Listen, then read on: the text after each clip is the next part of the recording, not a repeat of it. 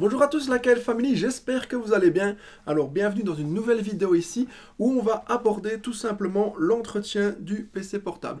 Donc ici ça va simplement être quelques petits conseils pour prolonger donc la durée de vie de votre matériel et les bonnes pratiques à adopter au quotidien. Donc si toi aussi tu veux prolonger la durée de vie de ton matériel, alors je te conseille de nous suivre maintenant. C'est parti, je vous explique tout dans cette vidéo.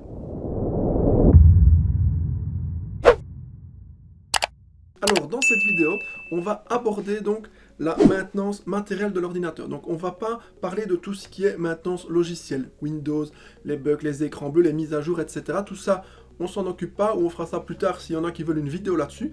Ici simplement, moi j'avais en fait envie de faire une vidéo sur la maintenance générale des PC portables. Pourquoi parce qu'en fait on s'est rendu compte, ici on a un petit top 3 dans notre atelier, donc on s'est vraiment rendu compte de ça, que dans notre atelier on a beaucoup de clients qui viennent pour des problèmes donc au niveau des PC portables et des problèmes qui peuvent être évités tout simplement avec quelques bons conseils ou une bonne pratique au quotidien. Donc ça peut être intéressant parce que on va pouvoir conserver son PC portable plus longtemps et en même temps économiser de l'argent, ce qui à l'heure actuelle n'est pas plus mal évidemment. Donc on a un peu établi ici dans notre atelier un top 3, donc à votre avis, je vous laisse quelques secondes pour réfléchir à ça de l'autre côté de la caméra. Quel est le top 3 ici des pannes qu'on rencontre sur un PC portable? Eh bien, tout simplement, donc, la première panne, ça va être tout ce qui est casse au niveau de tout ce qui est plasturgie cover. Donc ouais, ça c'est vraiment notre top 1. Donc voilà, ça va être vraiment tout ce qui est casse à l'intérieur des covers, tout ce qui est charnière, etc. Et je vais vous expliquer pourquoi tout de suite après, quand on aura fini notre top 3, on y viendra. Directement arrive en deuxième position tout ce qui est casse d'écran. Ben oui, l'écran, ça pardonne pas non plus. Donc l'écran, voilà. Les trucs les plus farfelus qui nous arrivent, c'est quoi? J'ai marché sur mon PC portable s'il était par terre. Le truc classique, c'est les écouteurs, le bic ou n'importe quel autre truc qui se trouve sur le clavier. On a oublié, on ferme, bam, ça pardonne pas, ça pète aussi, et évidemment tout ce qui est chute accidentelle et autres. Donc voilà. Ensuite arrive en troisième position, on aurait pu croire que ça arrivait plus haut, mais non, ça arrive en troisième position, c'est tout ce qui est liquide. Donc là, je vous passe tous les détails, on a déjà eu de tout, que ce soit de la bière, du vin, de l'alcool, des Kellogg's, etc. On a vu de tout là-dedans. Donc voilà. Alors moi ce que je vous propose, c'est déjà dans un premier temps de vous montrer donc le top 1 de nos pannes. C'est vraiment au niveau donc de tout ce qui est casse, charnière et plasturgie. Et c'est vraiment le top 1 de tous les clients qui viennent là en PC portable depuis maintenant quand même quelques années. C'est vraiment tout ce qui est cover et charnière. Pourquoi? Parce qu'on fait ça toujours de plus en plus fin, de plus en plus fragile. On rogne aussi sur la qualité des composants, que ce soit dans toutes les marques confondues. Et alors, à force de faire également les châssis et les écrans toujours plus fins, eh bien, le système de charnière ici se veut également beaucoup moins robuste, tout simplement. Donc, pour ceux qui ont connu dans le temps avant, donc je vais vous montrer un système, j'en garde toujours pour nos clients également. Donc, vous avez votre système de charnière qui vient se mettre donc dans l'ordinateur tout simplement. Et alors ceci, voilà, et ici le long, et vient se mettre sur le côté de l'écran.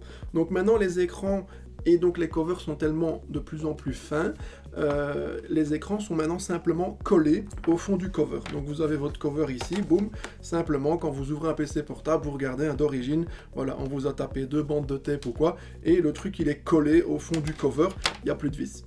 Dans le temps, on avait donc ce système de charnière ici qui venait sur la tranche de l'écran. Évidemment, c'était plus gros. Et alors, on venait se visser, il y avait 2, 3, voire 4 vis sur la tranche de l'écran qui venaient donc rigidifier l'ensemble. Il n'y a pas de miracle. Si vous avez des vis ici, que en plus les vis sont refixées ici dans le cover au-dessus et qui reviennent dans la charnière en dessous, c'est beaucoup plus rigide. Donc cette époque est révolue, c'est terminé. On a de plus en plus des écrans simplement collés au fond d'un cover et la charnière ne tient plus qu'avec 2 points. Un point haut ici, donc qui va venir sur le cover, voilà, qui viendra se visser ici et qui revient simplement sur la charnière. Donc si on regarde la qualité de ces trucs-là, si vous regardez, voilà, vous voyez, avec juste 2 doigts, c'est déformé, sans spécialement forcer. Et donc c'est là que je voulais faire cette vidéo et en venir là. Pourquoi? Parce que, voilà, vous allez ouvrir votre PC portable. Là, vous me direz un peu dans les commentaires comment vous faisiez. Est-ce que vous ouvrez toujours votre PC portable bien au milieu? Ou est-ce que vous prenez toujours un coin ou l'autre? Et c'est important, pourquoi? Je vais vous le montrer tout de suite avec l'autre photo, enfin l'autre vidéo ici. Quand on va ouvrir, donc j'espère que vous le verrez bien sur la vidéo, on va ouvrir son PC, et alors on ne se rend pas spécialement compte, mais voilà, là je pense qu'on le verra bien sur la vidéo. Vous voyez, en prenant que d'un coin, ça déforme complètement l'écran. Donc toute la plasturgie, pourquoi? Parce que c'est très très fin, c'est très très fragile en fait, donc on s'en rend pas spécialement compte, mais alors juste en ouvrant et en forçant donc sur un coin, donc je le pousse juste comme si on l'ouvrait, hein, simplement, vous voyez, sur un PC Acer classique, donc là on voit clairement, ça se déforme complètement à l'intérieur. Et donc ça veut dire quoi? Qu'on va avoir une charnière qui va plus forcer et plus travailler que l'autre. Qu'est-ce qui va se passer à terme? Et vous l'avez déjà tous certainement constaté. À un moment donné, quand vous allez ouvrir votre PC, vous allez voir ici, le plastique il va commencer un peu à bouger. Ici, ou là, ou dans l'écran. Ou alors le plastique ici saute. Et on se demande un peu pourquoi. Eh bien en fait, tout simplement, c'est parce que à force, vous allez commencer à avoir du jeu dans cette charnière. Alors vous allez me dire c'est une bêtise, les gens ne se rendent pas vraiment compte, mais en fait, je garde toujours ça au magasin pour montrer aux clients. Je dis, je vous défie, vous prenez cette charnière-là et d'essayer de l'ouvrir simplement avec une main, avec deux doigts. Il y a tellement de résistance là-dessus que c'est vraiment très très puissant. Donc ceci est fixé dans un petit plastique qui est complètement déformable. Et de plus, ça tient avec 2 voire 3 vis de 2 ou 3 mm. C'est très petit. Donc qu'est-ce qui se passe? À force d'ouvrir son PC un peu de travers, on va commencer à créer une pression supplémentaire, une torsion, et ça va créer du jeu. À partir du moment où on commence à avoir du jeu sur une petite vis de 2 mm, même si c'est 1 mm, c'est énorme. Ça veut dire à terme, qu'est-ce qui va se passer? Eh bien, le plastique, il va péter, tout simplement. Donc, je vous montre de nouveau sur l'autre vidéo. Donc ici, vous devez avoir, voilà, ça c'est un point de vis, donc où vient se fixer une charnière par exemple. Et là, on voit ici clairement, le plastique là il a pété, il y avait une vis aussi comme ça avec un point orange. Et ici également, qu'est-ce qu'on voit? Voilà, ici vous aviez également une vis, 2 vis, 3 vis. Toutes les vis sont pétées dans le plastique, ce qui veut dire que quand vous ouvrez votre PC, toute la carcasse saute, et donc à ce moment-là, pas de solution. Qu'est-ce qu'on peut faire? Eh bien, voilà, on ne sait plus remplacer juste une petite vis ou quoi, puisque tout est moulé dans du plastique. Ça veut dire quoi? On démonte tout, on remplace tout le cover. Si c'est le cover du haut, ben ça va, on a encore de la chance. Si c'est le cover du bas qui est repris avec le clavier ou quoi, on ne sait plus non plus avoir les pièces en séparé, puisque maintenant les claviers 9 fois sur 10 sont intégrés dans les covers. Ça veut dire on remplace le tout, on garde juste le touchpad. Voilà, donc dans le pire des cas, vous en sortez à moins de 100 €, ça peut être jouable sur le petit cover, et sinon vous allez être à plus de 100 €, voire parfois 200 € suivant les PC de portable, la marque, les modèles, les capacités, le gaming, etc. Donc voilà, ça peut être simplement évité par 2 petites choses, toutes simples.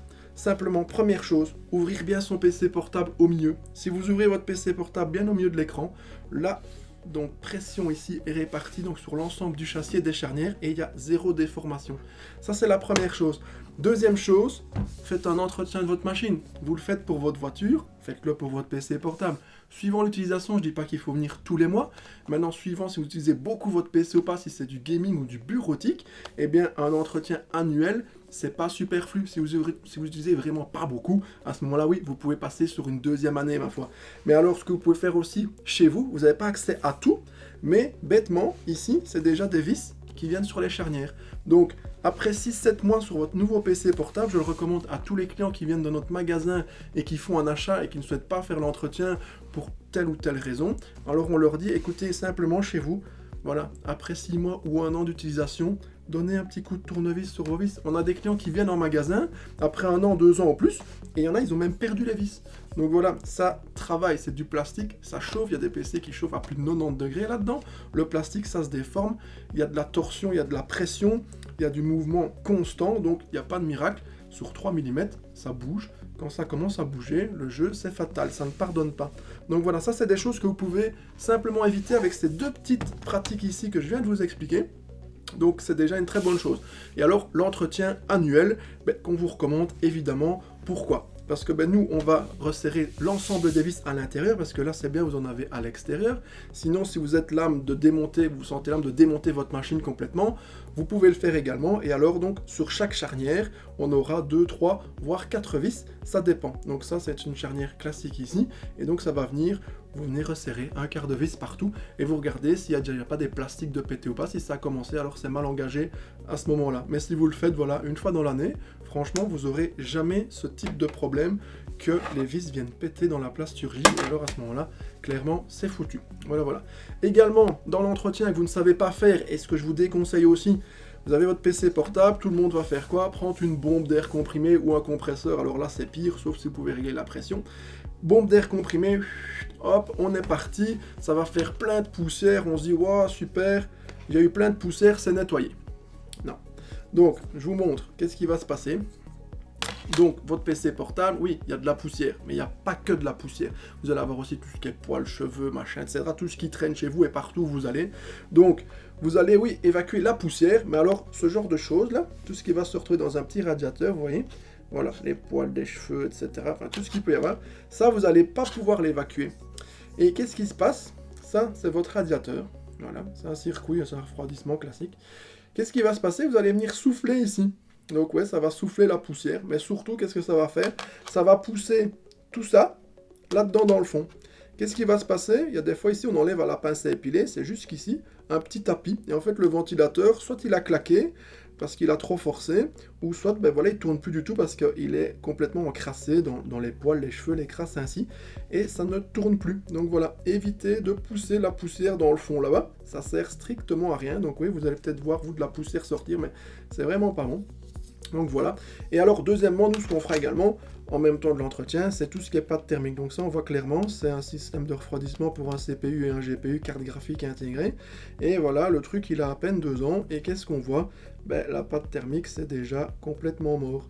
Donc voilà, ça, c'est des machines qui montent à 90, 100, 105 degrés, 115, qui se coupent toutes seules, sans raison. Pourquoi? Ben parce que, voilà, on est en surchaleur, tout simplement. Donc ça, c'est des choses qu'il faut faire. On conseille un entretien annuel pour ça, et ça peut être simplement évité. Donc voilà, les charnières, donc vous avez vu, donc c'est des petits objets qui se cassent, ça peut se remplacer, c'est pas un problème. Si c'est que la charnière ou la tige ici, ça c'est faisable. Si on commence à avoir la plasturgie complète ou autre, ça devient effectivement problématique. Donc voilà, tout ça peut être évité tout simplement avec ces bonnes pratiques comme je viens de vous l'expliquer. Donc tout ce qui est entretien haute, je n'ai passé. Si maintenant la négligence, la malchance, on ne peut pas faire quelque chose contre ça, vous cassez votre écran quoi, ça se remplace aussi, ça c'est des bêtises, c'est pas très compliqué, c'est pas encore non plus trop coûteux, ça dépend des PC portables également. Si vous veniez également à renverser quelque chose dans votre PC portable, si il n'était pas allumé, alors tant mieux. Donc voilà, il posait comme ça, vous renversez, c'est pas encore trop grave. Donc il faut surtout pas essayer de le réallumer. Voilà, vous le mettez sur la tranche ou à l'envers pour essayer de faire évacuer, couler un maximum de liquide. Vous ne l'allumez surtout pas, vous ne le mettez pas sur secteur, rien du tout. Et malheureusement, s'il est allumé et que ça se produit pendant que vous étiez en train de travailler dessus, même chose, s'il ne s'éteint pas de lui-même, alors ça veut dire qu'on n'a pas encore eu de court-circuit, que le liquide n'a pas encore endommagé l'électronique. Donc à ce moment-là, vous l'éteignez au plus vite, vous n'y touchez plus et de nouveau vous le mettez sur la tranche ou retournez pour de nouveau laisser évacuer un maximum de liquide. Si c'est tout seul suite à ce moment-là au déversement de liquide, alors là c'est déjà mal barré, c'est d'office, on a déjà eu un court-circuit, un composant électronique qui a cramé. Même chose, on éteint, on ne rallume surtout jamais sa machine. Jamais, jamais. Vous le laissez sur la tranche ou de nouveau retournez évacuer un maximum de liquide et vous le portez chez votre électronicien, un informaticien qui pourra tout simplement nettoyer, désoxyder déjà toute la machine. Pourquoi? Parce qu'on démonte tous les composants électroniques, on passe une brosse à dents avec de l'alcool isopropylique, vous pouvez aussi trouver ça en pharmacie, et s'il n'y a pas eu de court-circuit ou quoi, votre machine elle est repartie. Si le PC s'est éteint ou qu'il y a eu un court-circuit, ça peut être aussi un bête petit composant qui peut être donc réglé par quelqu'un qui est dans l'électronique ou la micro-soudure et permet donc de sauver votre PC. Mais par pitié, simplement ne rallumez pas votre PC. Des gens vont le réallumer ou autre, on va se dire ah super, il fonctionne toujours, et en fait il y a du liquide qui va créer de la corrosion, donc peut-être pas tout de suite, ça va peut-être prendre une semaine, un mois, mais à un moment donné, ça va créer de la corrosion, et clac, ça va claquer quoi qu'il arrive, donc il faut quand même le faire nettoyer. Même chose, si vous le transportez, on vous conseillera quand même une petite housse sacoche ou quoi, de 1, oui, pour les chocs, les rayures, la chute éventuellement, mais alors surtout également, si vous êtes dehors, qu'il commence à pleuvoir, une averse ou autre, que vous avez de l'aération ici derrière, sur le côté ou autre, ça c'est déjà vu, de l'eau qui rentre dans un port USB, etc., ou même une éclaboussure, et c'est fini de nouveau dans un mois, dans 6 mois, dans une semaine, on ne sait pas, mais ça peut créer de la corrosion à l'intérieur, tout simplement, et claquer votre machine. Donc voilà, c'était les petits conseils ici, donc sur les bonnes pratiques à adopter sur son PC portable. Si vous voulez d'autres choses au niveau logiciel et autres, n'hésitez pas, vous en faites part dans les commentaires, on répond un maximum à tout le monde.